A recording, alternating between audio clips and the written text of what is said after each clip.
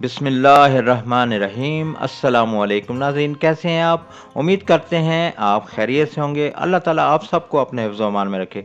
तो नाज़रीन, आज आपके लिए चपली कबाब बनाएंगे और ये कैसे बनाते हैं, इसमें क्या क्या इस्तेमाल करना है, आपने वीडियो को एंड तक देखना है। तो चलते हैं रेसिपी की जानिब। तो ये देखें नाज़रीन, 2 किलो ये कीमा पहले से मैंने तैयार किया हुआ था, बारीक जाली से निकाला हुआ है इसको।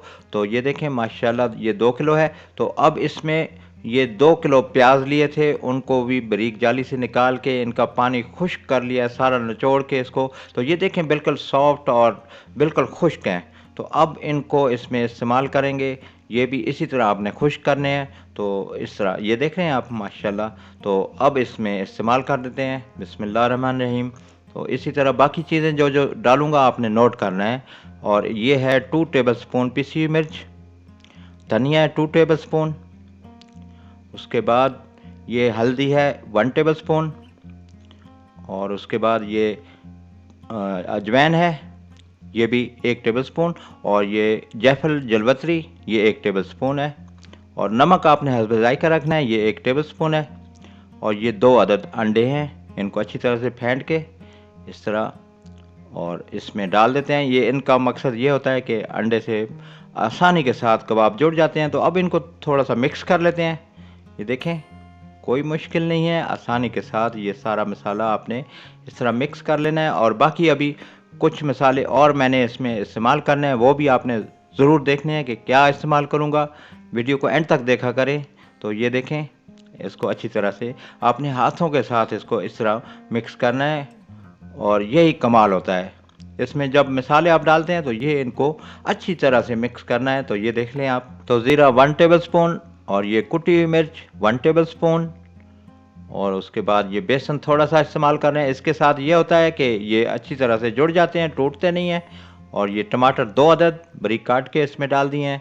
तो ये धनिया और पुदीना इसमें मैं इस्तेमाल करूँगा। इन दोनों का बहुत ही अच्छा फ्लेवर आएगा इंशाल्लाह। और माशाल्लाह ये कैसे माशाल्लाह खूबसूरत लग रहे हैं। तो अब इनको अच्छी तरह से इस तरह मिक्स कर लेते हैं, और अच्छी तरह से आपने ये मसाला जो मिक्स करना है, ये इसको अच्छी तरह से मिक्स करना है। बहुत ही शानदार कबाब बनेंगे, आप दुआएं देंगे। और अगर आप हमारे चैनल पे नए हैं तो प्लीज़ पहले चैनल को सब्सक्राइब कर लें, वीडियो को लाइक करें, दोस्तों के साथ शेयर करें। फिर थोड़ा सा ऑयल डाल के इसको अच्छी तरह से इस तरह मिक्स करके और रेस्ट पे इसको लगा देते हैं। तकरीबन आधा घंटा या 1 घंटे के लिए आप इसको फ्रीज़र में रखेंगे तो इंशाल्लाह बहुत ही शानदार कबाब आपके बनेंगे। कोई मसला नहीं है, कोई मुश्किल नहीं है, आसानी के साथ ये आपके कबाब बनेंगे। तो इसको रेस्ट के बाद नाज़रीन इसको मैं आपको फ्राई करके भी दिखाऊंगा। तो माशाल्लाह ये देख रहे हैं आप।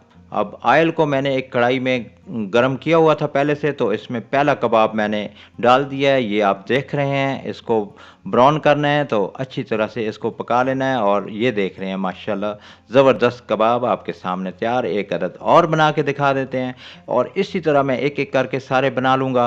आप इसी तरह अगर बनाएंगे तो पेशावरी चपली कबाब आपको अपने घर में मिलेंगे, और सभी आपको शाबाश देंगे। कहीं जाने की ज़रूरत नहीं है, घर में आप इसको तैयार करें। ये देखें माशाल्लाह कितने शानदार और ज़बरदस्त, और ये चटनी साथ। तो नाज़रीन इसी तरह हम आपके लिए नई से नई वीडियो पेश करते रहेंगे। आप हमें अपनी दुआओं में याद रखें, हम आपके लिए दुआ गो हैं। अल्लाह ताला आप सबको खुश रखे। गुल चाचा इजाज़त चाहता है।